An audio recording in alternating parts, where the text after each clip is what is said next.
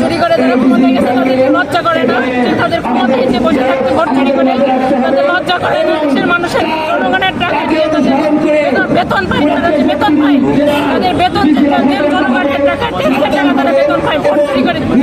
16 বছর আমি লিখে 16 বছর দেশে ছিল, দেশের 1400 বেশি মানুষ রক্ত দিয়ে দেশটাকে স্বাধীন করছে। কিসের জন্য স্বাধীন করছে? ভোট চুরি ঠেকানোর সুষ্ঠু নির্বাচনের জন্য। সেই নির্বাচন আবার তারা চুরি করলো, চুরি করে তারা ক্ষমতায় গেছে। যারা চায় না দেশের শান্তি শৃঙ্খলা, সাধারণ মানুষ চাই, সাধারণ মানুষ চাই আমরা কি করবো। যারা ক্ষমতায় যখনই আছে তারা যদি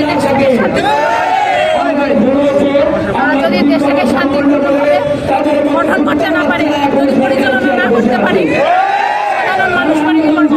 ভোট ইঞ্জিনিয়ারিং করে তারা এগুলো করছে। এখন কুষ্টিয়ার ডিসি যে একজন ভালো মানুষ আছে, যার কাজে করবে আমরা সেটা প্রকাশ পাইছে দুনিয়া, সবাই জানতে পারছি সে একজন ভালো মানুষ, কাজে করবে সেটা প্রকাশ পাইছে। এখন তারা সেটা চায় না, তারা দুর্নীতি করতে পারছে না, চাঁদাবাজি করতে পারছে না, সেই জন্য তারা এখান থেকে তাদের নিজেকে সরাই দিতে চায়। আমরা চাই না দেশের সাধারণ জনগণ চাই যে দেশটা ভালো পর্যায়ে অন্যান্য দেশ যেমন হয় আমাদের দেশ হলো